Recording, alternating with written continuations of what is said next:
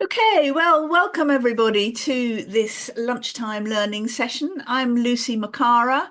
I'm the founder of Rethink Press and Book Magic AI. I'm the author of nearly 14 books, another one out to just about to be out soon. And as you know, I run this group of wonderful women. So today I have with me the extraordinary Lorraine Gannon, and we're going to have a wonderful session with Lorraine today because Lorraine is a visionary entrepreneur. She's a multi-award winning businesswoman of the year, a trailblazing property investor, and a passionate advocate for women's financial empowerment. So, with a professional background in accounting and over a decade of experience in the property sector, Lorraine has built a thriving portfolio while addressing systemic inequalities faced by women in wealth building and business. So, Lorraine, over to you. I can't wait to hear what you have to say. Thank you for a superb introduction. Thank you very much. Welcome, everybody. It's nice to be here. So I'm going to get started and share my screen. If I could just have a thumbs up so you can see my slides, that'd be great. Definitely. Brilliant. Thank you. Okay, so I want to get started because I've got lots to share, and I want to share the intuitive property investing that I believe is for women. And I want to empower women to succeed in property investing. And this is my little passion project, New Era Women. And I want you to be able to step into property investing with all of the power to achieve and realize financial success. But I've got a bit of a different take on it. And I feel there's a different way that people can resonate and women can resonate with property investing for success. So let's jump in. So who is this for? Well, this is for women seeking financial security who want to make a difference as well. That actually any property investment could be your own home, that you're growing and scaling the property ladder to create wealth in the center of your life. You could be a divorcee, perhaps with a point to prove, or you are recovering from the financial outpouring that can be, or you're an investor and you want to eradicate your own personal pension poverty.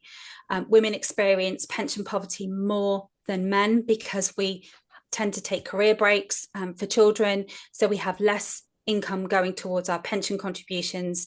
We also tend to earn less. We tend to do part-time hours as well. So there's lots of reasons why women are more likely to experience pension poverty than men. How are we going to do this? Well, I want to align really with the intuitive and spiritually aligned property investing that I've come to recognize is what I've been doing all along. But perhaps now I realize that I can share how we can do that too.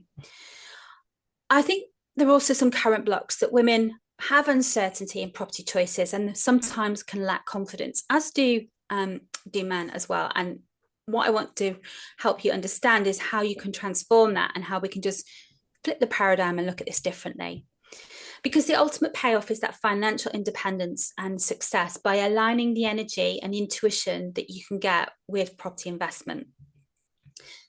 So just to understand where we're at in the market and understand the current crisis that the UK property housing market is experiencing, the current landscape is that England added 234,000 new dwellings in 2022 and 23, but it requires around 529,000 homes annually to meet the demand.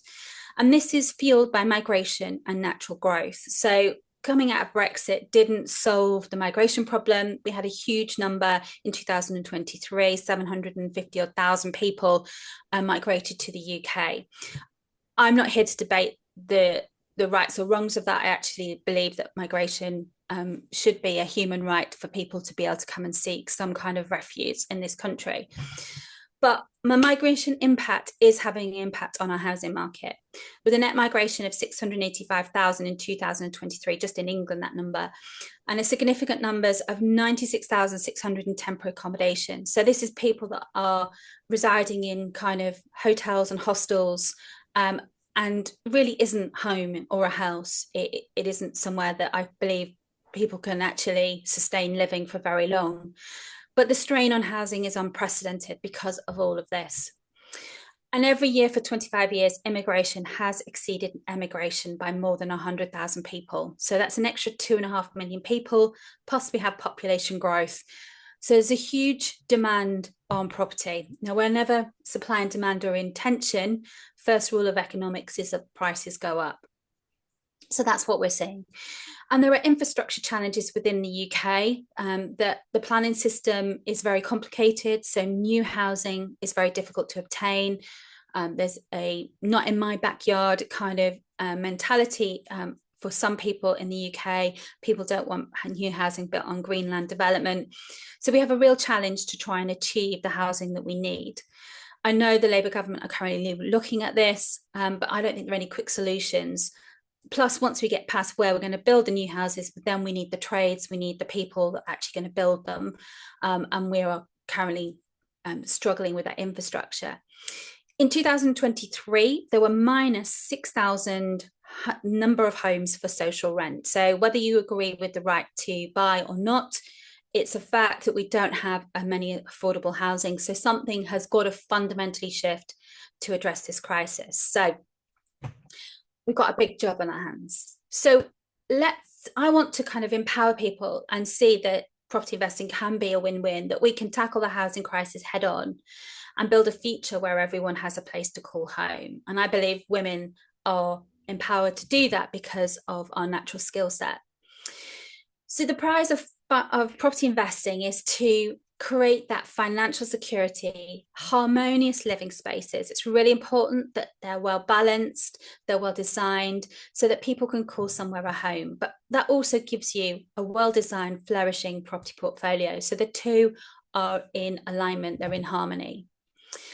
But what's holding you back? Well, most people focus only on the numbers and they ignore their intuition. And then they get the wobbles when they're trying to go through with a deal, and then often things fall over. Fail to balance masculine and feminine energy. So there's a lot of different approaches to property investing. Construction is very often seen as a very male-dominated industry, but I believe there's an harmony to be addressed here. And letting fear and uncertainty block opportunity. So not trusting yourself, not trusting your gut instinct can often bring in fear and uncertainty for us.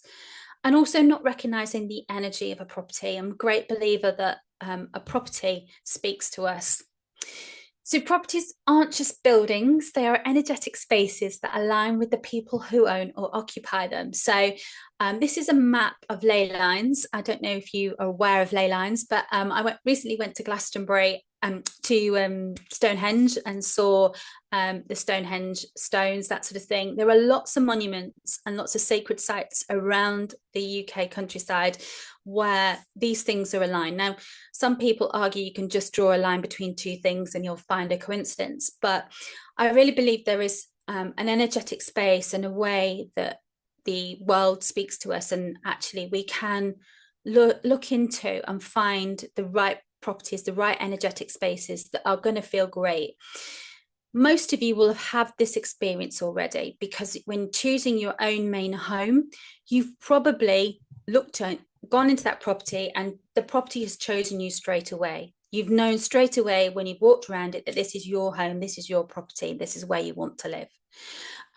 I want to take that through and want you to think about extending that through into property investing.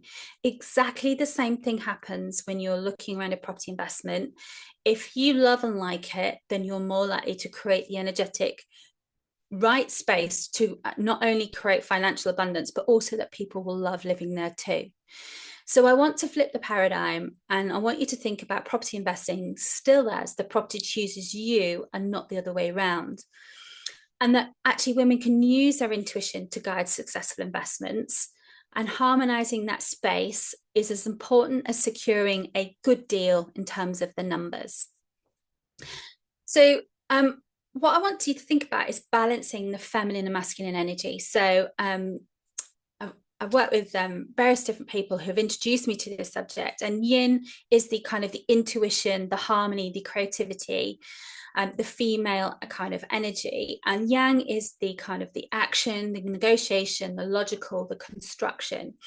Now, women can succeed by having both skill sets, but recognizing their place in the property investing world and how you approach this. But your strength is more likely to be in the yin aspects and creating that harmony in the home. Now, we know aware of old wives' tales. We're aware of kind of the energies of things. You know, a house with a number 13 on is statistically likely to be worth £5,000 less. There's absolutely no reason why it should be. And actually, if you look into the power of 13, some people consider it a very lucky number. It's just got misinterpreted across the decades, the centuries. But women with their innate intuition can sense these energies and create balanced environments. So going deeper than this kind of this superfluous stuff. Now, in my own experience, when looking back, and I was quite surprised by how much kind of intuitive energy type stuff is in my house and property investing experience.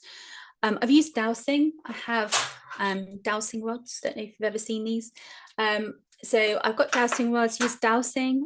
Also, you have offered tobacco to a property. Don't judge me. Where actually somebody came and looked at the ley lines of a property that I was trying to sell. And they suggested that there was some negative energy in the property, actually thought there was some kind of spiritual connection, and asked the spirit to move on. They offered tobacco, they poured brandy into it, into the copper pipes, into the land, and we sold the property about 6 weeks later. Now, I don't admit to understanding it all. I don't admit to being able to explain it, but I just know these intuitive things happen. I don't know if any of you use saging, but saging is a way of clearing negative energy from a property. It comes back to kind of some old wives' tales as well, where saging is actually supposed to get rid of things like bacteria as well.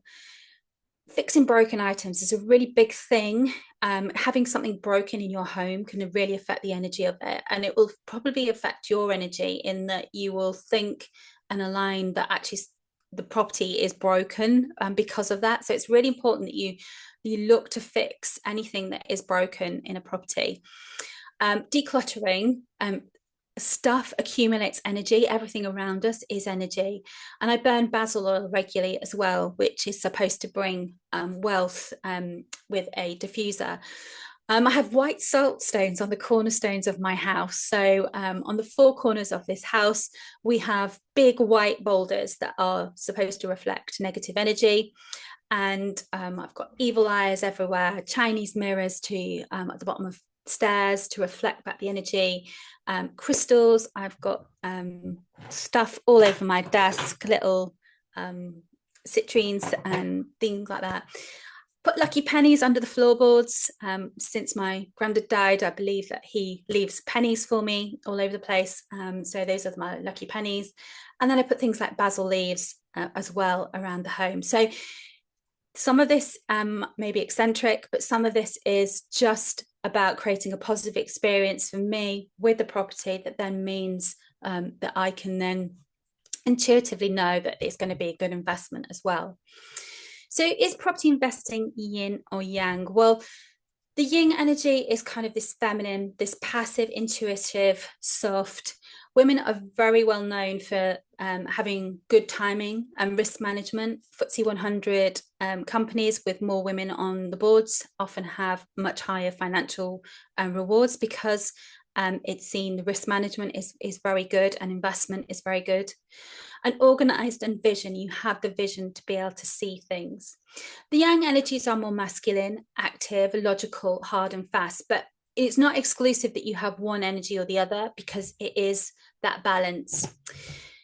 So coming to kind of, this is a project, this is actually a property called Fig Tree House that we currently rent on Airbnb and booking.com. And this is kind of in construction. And this is the project, the lounge dining area. And this is kind of where sometimes you see all the plumbing, all the electrician work, all the carpentry, the roof, the plastering, all these things can kind of feel like, okay, well, I'm not sure where to start with all of this. But if we look at it from the other end, actually women are very good homemakers. We're interior designers, space designers, kitchen designers, curtains, colors, tiles, furnishings, projects assistants, buyers, cleaners. You can be the host, the staging, you accessorize, flowers, bedding, timings, risk management, organize, vision, and comfort. All those words are really relevant to property investing and the skills that you need to be able to create somewhere that somebody can come live and stay in as a guest. So it's a balance. You need both. You need that construction phase and you need that end phase. And too much yin doesn't work and too much yang doesn't work. So you need that middle ground really to create it. But this is where I think we have the upper edge, as it were, because if we reverse the process, we can recognize and trust the energy of a property. So we can go into it, know that this is going to be a great investment, and we can design the space for harmony and success.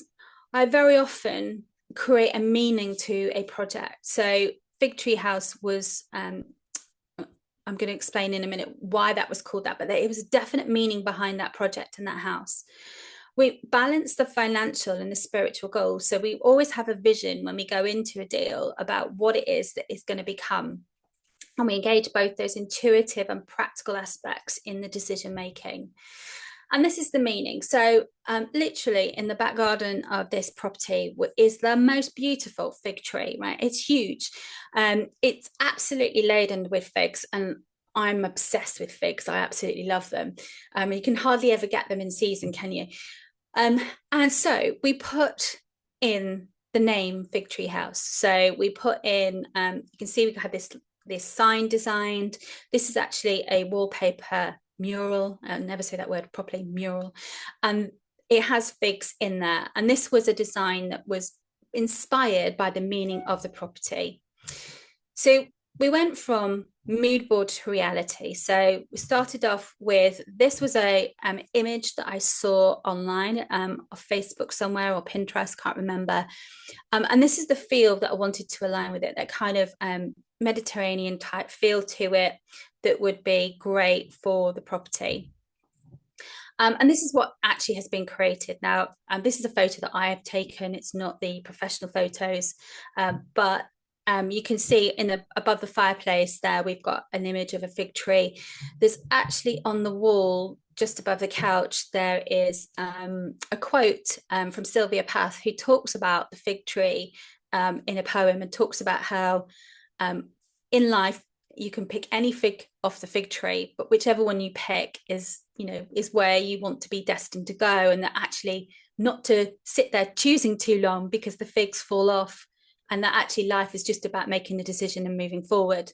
And I thought that was a beautiful way of expressing how I wanted people to come and stay at this property and enjoy it, have a holiday there, reflect on their life, and then go off with the energy back to their lives and take it down a path and route they wanted to.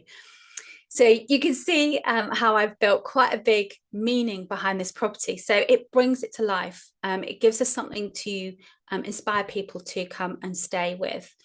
So this is what we actually created. So when you're going from a very masculine kind of the logical, the required, the needed services and stuff that's there, you end up then doing all the kind of the pretty stuff and the design and the interior design at the end.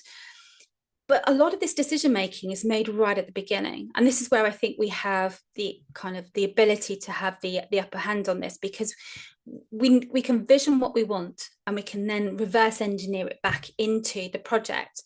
So this was the kitchen, and my idea for this was that we had this alcove beside the fireplace, and I really wanted to have a place where somebody could come and get a gin and tonic, hang out in this kitchen whilst they were cooking, whilst they were with their family enjoying their holiday. So the next decision off the back of that was, well, I really wanted them to have ice. So in this little cupboard that you can probably see in the first picture here, we actually put a big American fridge freezer with water piped in so they would have ice. So can you see how once you make the decision, have the vision of what people are going to use the property, you then reverse back all the stuff that you need and you need to put into the property. And this then puts you in charge of your project. So I just need to say to the electrician and the plumber, I need power and I need water here because I'm putting a fridge freezer here. I don't need to know how or to have the specification other than the location. And this is really empowering for women. So this was the project. So we purchased it for 187,000. Now, renovation costs were quite substantial, 90,000. Stamp duty, legals, 9,000. And we had a valuation done once we'd finished. We got to 370,000. So that puts that property into a profit of 99,000, money that we created by doing this whole process. So I think intuition is key in property investment because you have to have an energy that can be felt, and it plays a big role. The intuition does. Women are more naturally in tune with these energies, and we can select properties with higher potential. We can see the things that we're going to create. And a balanced approach leads to more success in property investment. So in going through that process, most women come to property via this kind of route, your own home ownership roadmap. So most people would have their own home, a small home, creation of that first home, and they would upscale probably to accommodate families, stretching to the next house and upscaling. Sometimes then we can move into the doer-upper and do a tired, old-fashioned and big house that's in need of a lot of TLC. And then a lot of people move into a project, finding a bargain, adding value, creating homes of value and substance. And then maybe into the multi-project house, a home that needs multi-projects, renovations, extensions, and more. And you build your kind of capability across that. Now, for some women, I think this could be a great model to create wealth by actually going through this process, deliberately taking this roadmap so that you build your skills, get to the end. It is important when you get to that multi-project house, though, at the end, that you are prepared to downscale and release the equity and release the profit for yourself so that you can then retire on that. Otherwise, you end up living in a big, expensive home that you'll never see the money from. So I think having that end vision of actually my last project house is not going to be my last house. I'm going to downscale into something that's more relevant to my lifestyle and my where I want to be. I live in a fairly big house right now. It's 6 bedrooms. When our kids move out, I don't know, but I would love to live right next door to Malvern Town, waddle up to the shops every day, and then waddle back home near to the theatre, near to the swimming pool, all those sort of things. So I think if you can have that vision of your roadmap, then this could be a way that you could create wealth through your own home. It's very tax efficient as well, although you do have to pay stamp duty when you sell that final house. But anyway, this is the investing roadmap. So property investing the new era women way, and actually deliberately getting into property investment. Now, when you get into property investment, you will actually then, your main home, if you pay down your main home, you can create wealth outside of that. So having the investing roadmap is smart in terms of creating that other income stream. Somebody else is paying for the mortgage in terms of collecting the rent and then paying your mortgage for you. It's not based on your own income ability. So flipping your house is kind of where most people start and build that capability. It's often taking a long time, often trying to do a lot of the work themselves, often stripping wallpaper, painting walls. But it's smarter to kind of jump a little bit further in.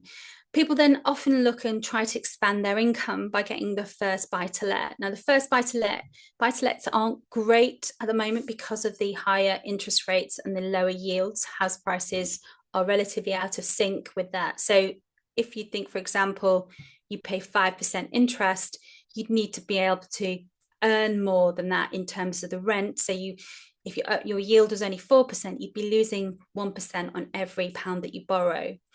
So buy-to-let needs to be a fairly high yield. Now, the refinance momentum investor is the third step, and the step that I would try and encourage most people to jump in on, because this is where you grow your leverage and your capability to use money. Most people come from do 1 and 2 and then do a 3 when they realize that 1 and 2 don't always create the investing roadmap they want. 3 is where you're trying to then recycle your money and use your money over and over. So you use the same pot of money to keep investing and creating more and more portfolio. The advanced strategy is kind of when you niche and develop your skills into niche high profit properties. So there are properties that will give you more income, that you don't need as many properties. So almost easier to manage because you don't need as many. And most people could probably get £4,000 to £5,000 a month with 4 houses if they do the advanced strategy section here. And then if you're on number 5, you're then probably making money from your property portfolio and able to reinvest it back and self-generate and grow your property as big or as small as you want. Not everybody wants to do number 5. Most people could do number 4 and just design their life around that income that they create there. Because we partner with Time with Property, this is a house price growth over the last 70 years, and property prices have doubled on average 7 times. So that's on average 10 years to double. Not every 10 years, I can't guarantee that, but this has happened 7 times in the last 70. Because this was a little bit out of date, 2021, and the average house price there is just below 240,000. Just wanted to show you this more up to date, which actually takes us right up to November 24. So depending on which source you use, the Halifax say the average house price is 298,000 and the Nationwide say 269,000. So some difference, but you can see the graphs look very similar. And if you come back to 2024 here, if you come back roughly to somewhere in the middle, 2014 at the bottom, you can see that the price is somewhere between 165,000 to 175,000 there. So just in the last 10 years from there, we have almost seen another doubling of property prices. So, and because of the statistics I spoke to you about before, about how property demand and the population and the number of houses needed is so intense, this is likely to keep going. I can't promise you there won't be any wobbles or any price depressions, but if we're holding property for the long term, we normally, when we zoom out, all those price crashes become kind of irrelevant. You know, there's 2007 in there, there's 1989 in there. When you zoom back, that graph looks really quite steep. So if I can get you just to suspend your belief for a minute that actually, if I can teach you how to do this, if you could own 4 properties worth £250,000 each, that double in value before you retire. And I don't want you to worry about how or what. There are ways to do this without having huge amounts of money. If you could buy a house today that was worth 250,000, you'd need a £62,500 deposit. I remind you again, suspend your belief about how you get that, but 187,000 in mortgage, so you need a 75% mortgage. In 10 to 18 years, that property, if it was doubled in value, would be worth 500,000. Your deposit would still be sat there, 62,500. Your mortgage would still be the same. So debt effectively erodes with inflation, but it stays the same. So you're not giving the mortgage company half of the increase in their property price. It sounds obvious, but it's worth me saying it because this is the power of property. So that house has then increased by 250,000, and that's all yours. So £250,000 of equity increase simply by ownership. And this is where if you're owning property that you're not needing to live in, so it's an investment, it's not a personal asset that you need and effectively a liability. This is an asset. If you did this 4 times, you'd have £1 million worth of property that you could then sell and stick that money in the bank. Yes, you'd have to pay tax, but we all have to pay tax. So that's the beauty of owning property that I want people to understand. So I wanted to say that actually the future is yours, that you can do these things and you can excel in property when you trust your natural gifts. It's just time to step in your power and create that lasting success. And I'm launching a live group coaching program in April 2025. And I'd like to invite you to to this program and see if it might be for you. Because who is it for? Well, it's for, if you've looked after other people your whole life, now it's probably time to look after you. We're all looked after family and put everybody else's first, even financially as well. Women who are looking at pension poverty and needing a way to climb out. And if you don't have a plan to retire or find that passive income, then this could be a real help for you in your future. And if you're looking for more disposable income right now, because property can do both for you, it's going to transform your fears into confidence and help you take action. I want to let's help you get started. People come to me all the time and say, I've been thinking about getting into property for years. And it's that confidence that we need. We need to obtain 4 high cash flow properties to obtain a £50,000 income. That's what we can do with property. So I'm not talking, you might think 4's a lot, but I'm not talking 40 property portfolio. I'm talking just 4. Goal to reach 4 properties of over 250,000 will give you that £1 million of property if property prices double. And we build that plan for the wealthy retirement. Now, how will you do it? You don't need huge funds. We started with 15,000, and nobody ever has enough money to get 4 properties. Okay, so you nobody ever does. All of our students recycle their money. They borrow from friends and family. They may have a nest egg themselves. They may borrow out of their own home to do this. Nobody ever has enough money to get the 4 properties. So you don't need to worry about that. You learn ways to attract finance investors and be that magnetic investor. So attract the right people who align with your values to you. And you use the same money over and over. We recycle our deposits. So we keep using the same amount of money so that, one, we can pay our investors back, but also we can then reinvest it and go and do the second deal. You do need some patience to do all of this process, but if you want to join the waiting list, I've put together a little page of some more information about it. I think Michaela's going to drop this in the chat for me. And then hopefully we'll be launching at the beginning of April to do that. So that is what I wanted to share with you. And just finally, I just wanted to share the 12 laws of karma, and that I can't find anywhere that these things don't really apply to property. So yes, you're going to need, you must do something in order to change it. Whatever we're going to put out in the universe will come back to us. I truly believe that. The law of focus, you need to focus on this. And the law of here and now, do it now. Don't look backwards and regret it. And we do need persistence. It's not easy, but is it worth it? Yes. And when we look at it, it's fairly simple. And that law of creation, life does not happen by itself. We need to make it happen. The law of growth, when we change ourselves, our lives changes too. The law of connection, the past, the present, and future are all connected. You will have skills that will help you thrive in property. The law of giving and hospitality, very much so in property. And the law of change, history repeats itself until we learn from it and change our path. And the law of significance and inspiration. I hope I've inspired you today. And the results are, your rewards are results of the energy and effort we put into it. So there we go. Thank you very much. You're on mute, Lucy. Thank you so much, Lorraine. That was absolutely fantastic. How really inspiring that was. I did not know that properties with the number 13 were £5,000 cheaper. That's extraordinary, isn't it? It is extraordinary, yeah. Amazing. And I love the idea that property chooses you. I think that's probably what we've all felt at various times, but never actually articulated it. And it's really nice to know that that's not necessary. That's not just true of our own personal homes, but property that you use as an investment as well. So I'm sure there'll be some questions. There is already Chezi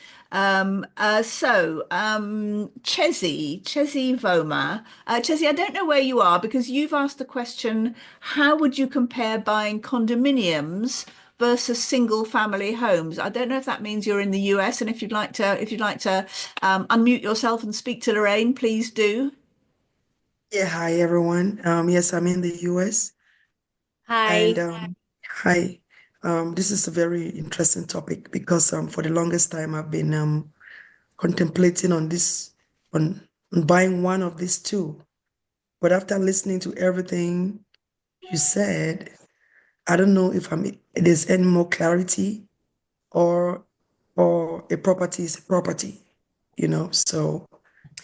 Yeah, so not every property strategy works, but then it's also part of the learning experience. So it depends what you want to get out of it. So I know I flipped property. I remember when my son was born, he was in his pushchair. I was breastfeeding. I was literally in stripping the wallpaper and painting in between feeds. And you go through that process. It's that law of connection and results. Looking back, it all makes sense that I had to learn that lesson of using my time, of actually moving forwards. But there is strategies where you can increase a lump of money, like flipping, or there are strategies where you can leverage your money in terms of using other people's money, using mortgage companies or finance companies, and or then also leveraging the property further. So you can use a property to actually house more people. So in the UK, we have a lot of baby boomers living in really big houses, 5-6 bedroom houses. And there are currently like an elderly couple retiring in them. And some of those properties are going to come back down through inheritance back into the property market. And what will be interesting is how they can be used then to house people like students, young adults who don't necessarily want to buy. The generation Z are more likely to rent. So you can use the property as well and intensify its use. So you can reuse, repurpose. And we often talk about how we create properties that are multi-let properties. I think the same as condominiums in America is to actually make them beautiful, look like hotels, so that people are proud to live there. I don't know if you've ever heard of the broken windows theory. It's the whole idea that if something is broken, the windows are broken, then the whole property tends to get into disrepair really quickly, because people have they mistreat it in the same way that they feel it looks. So if you have a beautiful property, you're more likely to get higher quality tenants who look after your property and who are proud to live there and want to live there. So that's, we have tenants who want to plant plants in the garden. They want their own flower borders and things like that because they're proud of where they live. Does that make sense, Chessie? Yes, it does. Thank you. Okay, bro. Great. If anybody else wants to ask Lorraine anything, do put your hand up, either your Zoom hand or your actual hand, and let's have a look. Lorraine, I was just wondering if you wanted to define, I mean, not everybody's kind of into the property market necessarily. So do you want to just define what flipping a property means, for example? Yeah, it's a good point. So flipping is the idea that it's a doer-upper really, that you sell. So it often people who don't have a very big sum of money will go and buy a 40 or 50,000 pound house, and they'll think, I'm going to do it up. What the trouble with that is, you often hit a ceiling of price on that street. So a road of 40,000 pound houses, you're unlikely to transform that 40,000 pound house into a 400,000 pound house, because you're just limited by the area and the prices on that street. So what often happens is people think, I'll do a flip do up a flip. They'll do that 40,000 spend, they'll spend 20 on it, and then they'll make 20,000 pound profit maybe, which I'm not knocking as an amount of money, but that doesn't change people's lives. That actually makes the problem worse, because then they've got 60,000. So 60,000 then could, this doer-upper has taken you, this flip has taken you a year and a half, 2 years. You've then sold it on the market. You've got 20,000. You've then got to pay tax on, and then you've got to go and start it all over again. So I'm not saying for some people it's the right way to start, but I'm just kind of trying to explain to people how actually getting the income and the cash flow is the life-changing part of property investing, because it wasn't until I did that was able to change my life and my family's life as a result of it. That's really interesting. Paula, you had your hand up. Hi, Paula. Hey, sorry, I'm on my phone and I'm not used to the Zoom on here. So yeah, I know what you mean. yeah. So Lorraine, it's not so much a question. It's such an impressive presentation that you've done, and I really just wanted to give you a thank you because I've been to a number of presentations, have been to a number of different pitches regarding property, and like you speak about the yin and the yang energy and things, and I just want to thank you for bringing together a program that is teaching people a fundamental part of the process that has, as of yet, in my knowledge, been quite invisible. And the fact that you are then sharing a methodology to highlight often the female strength in a project, and I just think it's extraordinary that you're doing this, that you're running this, and that you've identified this. I've known you for a few years now, sort of a bit in a better context, and seeing you grow and flourish with your acknowledgement of this skill, and I just think it's extraordinary, and I just wanted to thank you for that, really. Oh, thank you, Paula. Yeah, it has been a bit of an awakening and dawning for me when I realized that actually I'm in charge of where the electric sockets go because I know where the bed's going to go. And that's really empowering in a really weird way, because if you know where you want your furniture laid out, then you then know exactly where you're going to put the electric socket so that you can have a bedside table lamp and you can put your plug in your phone. And then that means you can tell the electrician exactly what you want rather than the process. I think people get intimidated by, I don't know what to tell the electrician where I'm going to put stuff.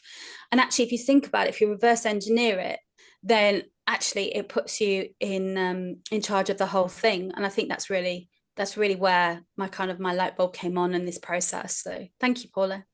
Yeah, that's really helpful, Lorraine. I'm sure we've all been either lived in or been in houses, stayed in houses where you found electric sockets in the most peculiar places, and you wonder who on earth had that idea and why. Yeah. And yeah, Yeah, I don't get it like right that. all the time either. I make mistakes when I suddenly realize I'm not going to be able to put the bed quite where I thought I was. But that's it. I think it just helps you if you think about how a space is used and you're trying to think about the energy of it. It just really puts you in tune with what's going to work. Yeah, no, that's great. So, I mean, Michaela's put something. Michaela, do you want to ask Lorraine your question? Yeah, okay. I don't like talking on camera, but I will, yeah.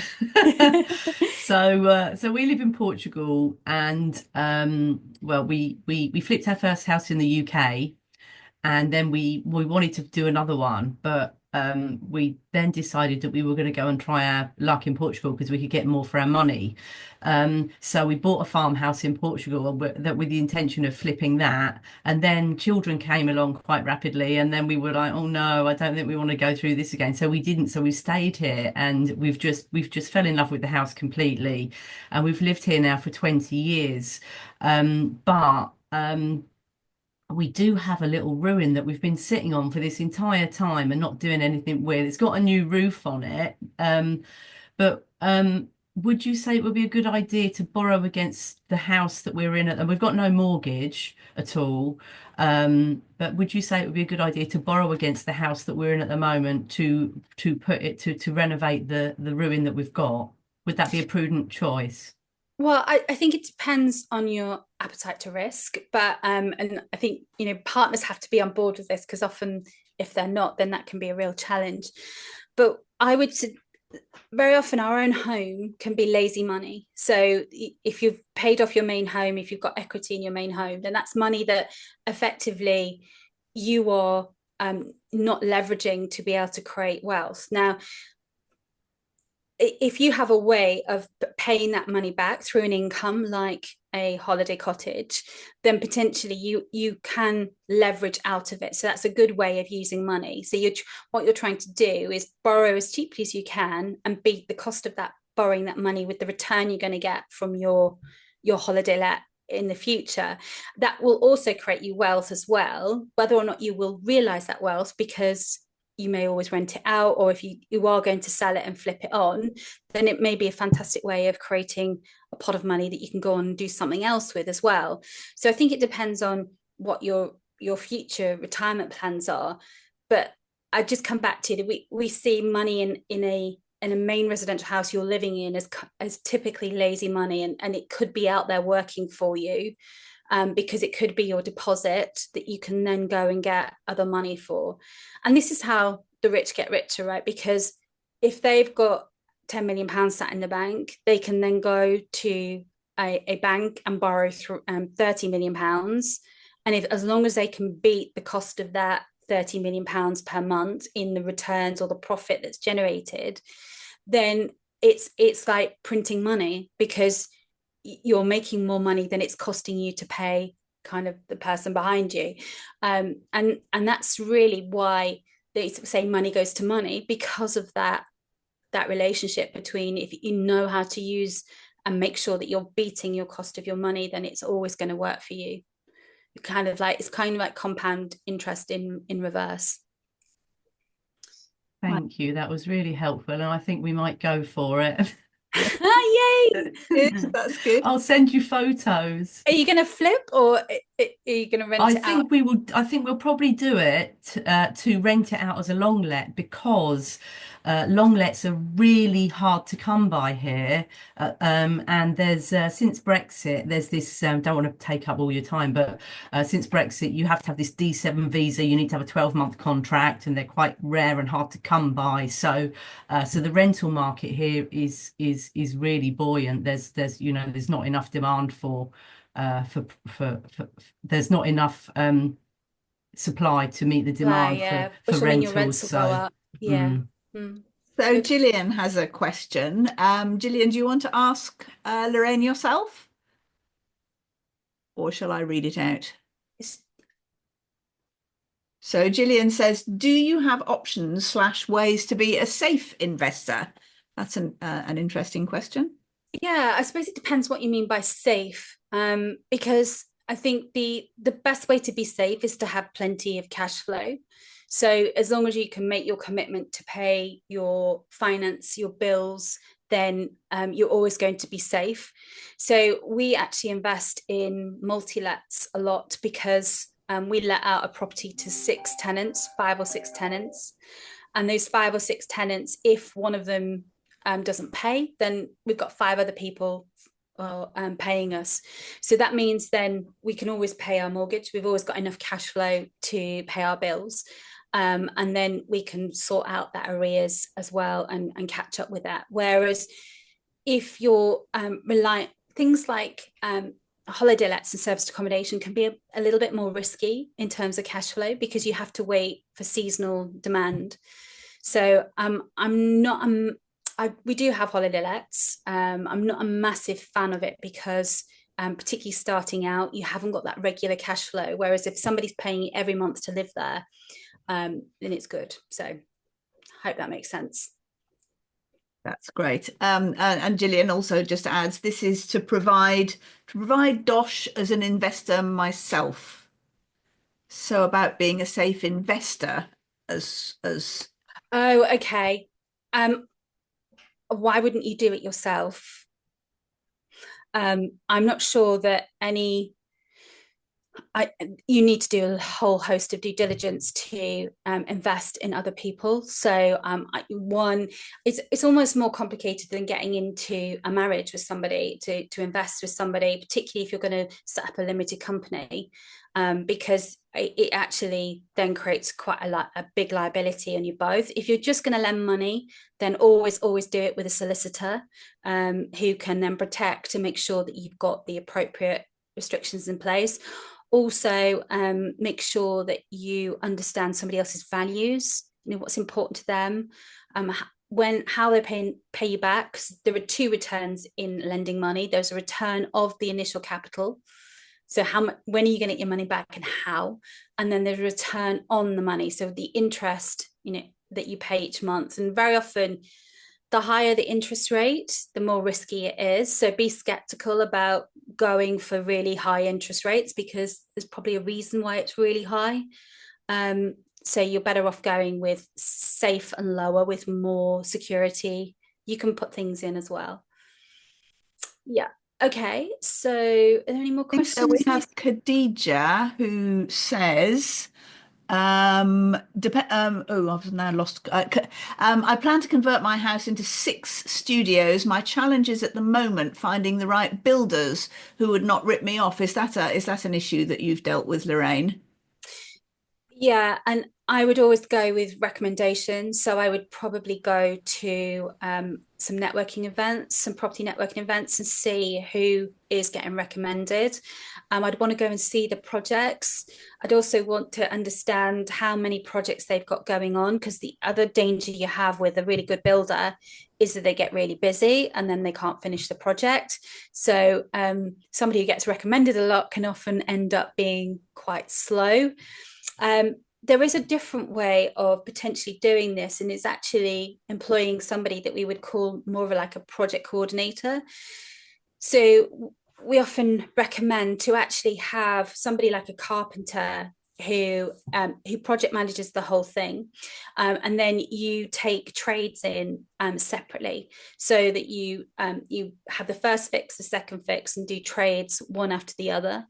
But actually, you tend to get a cheaper project, but you have somebody on site who's always on site managing. And the reason it's normally a carpenter is because they can then do a lot of the infrastructure of putting stuff together and making stuff. And there's a lot of carpentry all the way through a project, at the beginning, first fix, second fix, and at the end.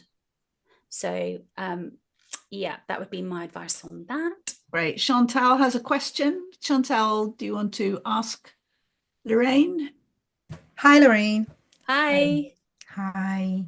So my question is regarding starting off with property, as far as renting or starting kind of investing in property, not renting, yeah, renting or buying your own home versus starting the investment journey. So being out here only, 6 years, 7 years now. And as you know, I've got the profitable service accommodation business that's running. So we've earned now deposit money or whatnot, but we're renting. I haven't had time to even think about anything else, just renting. But I always wonder do people think renting is kind of like a waste because it can going towards your mortgage, or or something, as far as property going, you have to stay somewhere and live somewhere, yes. But I just feel like in the back of my mind, I always feel like I'm paying someone else's mortgage rather than moving on to something ourselves.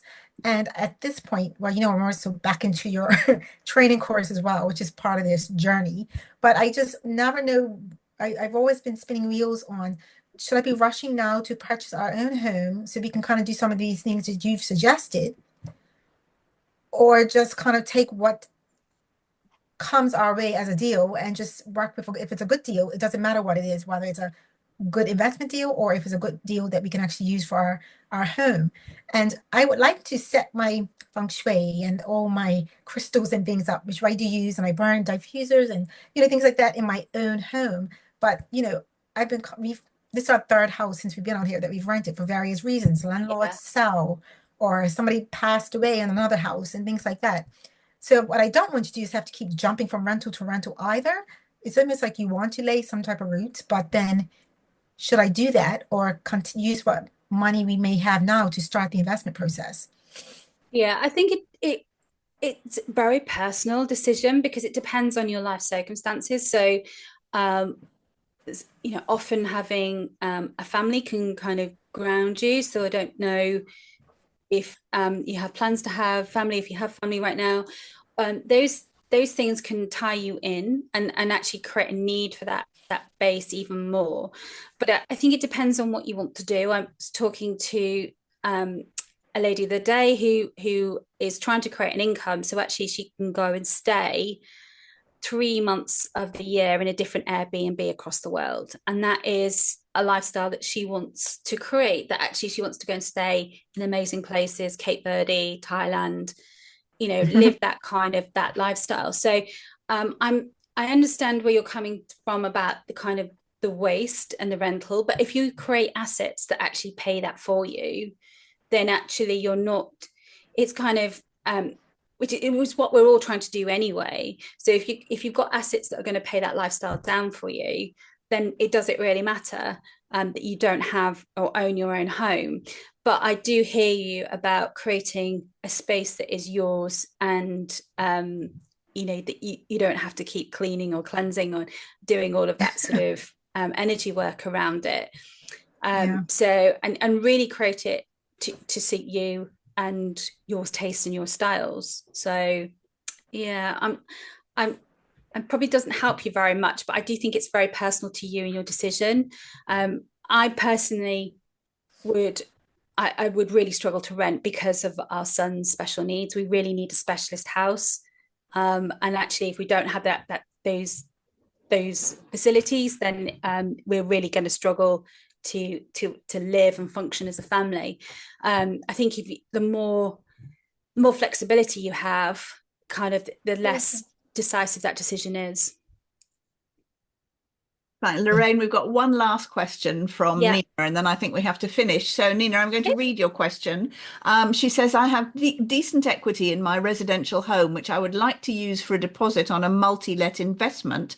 However, I have adverse credit and have recently dropped down to part-time, so affordability is an issue. What would you suggest is the best way to access these funds? Yeah, so if you've got equity in your own home, then you need a regulated mortgage broker, because that is a regulated activity because it's your main residential home. So you have to talk to somebody who can advise you on that. But there will be, particularly if you've got projects that really do stack, then you can cross-charge typically against that. So it will be the property itself and the ability of that property to pay that debt. You will need to also assess whether or not effectively you can become 100% leveraged, which some banks don't particularly like, and there's less options out there because effectively you've got no skin in the game. If you're borrowing off your main residential home, then you're buying a buy-to-let mortgage. Those two parts added together are effectively leveraging the whole house. So in terms of your income, it depends on how much income you need, and every mortgage product has a different criteria. Some will want you to have 20,000 a year, some will have, and it really depends on their criteria. So if you think about it from the bank's point of view, they've set up some rules and regulations around, they've told their shareholders how they're going to lend, what their risk is, and then they invest to their portfolio through mortgages. So they have criteria that based on that portfolio and also their existing debt. So it changes all the time. That's the problem. So you need to go and find somebody. But potentially you don't necessarily need to buy houses to cash flow them either. So everybody, you can do a lease and you can cash flow a home, and then you can have effectively a rent to buy scenario where, just like you might go and get a car on hire purchase that has a balloon payment, you can get a contract drawn up by a solicitor that will help you rent a house, cash flow it to your tenants, you make the profit, and then you buy it in the future. And that is a way that you can get into it without having to do any of that if Sure. That's not a route for you. Okay, thank you. Okay. Thanks. Cool. Thank you so much, Lorraine. We've come to the end of the hour. You have absolutely filled it with the most amazing information and inspiration. Thank you so much. So the link to sign up to your waiting list is in the chat at the moment. And for anybody who's watching this later, I'm sure Lorraine will send you the link when she sends you the recording. So, yes. Lorraine, thank you so much. That was wonderful. Really, really useful, informative, and inspiring. So no doubt we'll see you again very soon. Yeah, thank you very much. I really enjoyed it. Bye, everybody. Bye, everyone.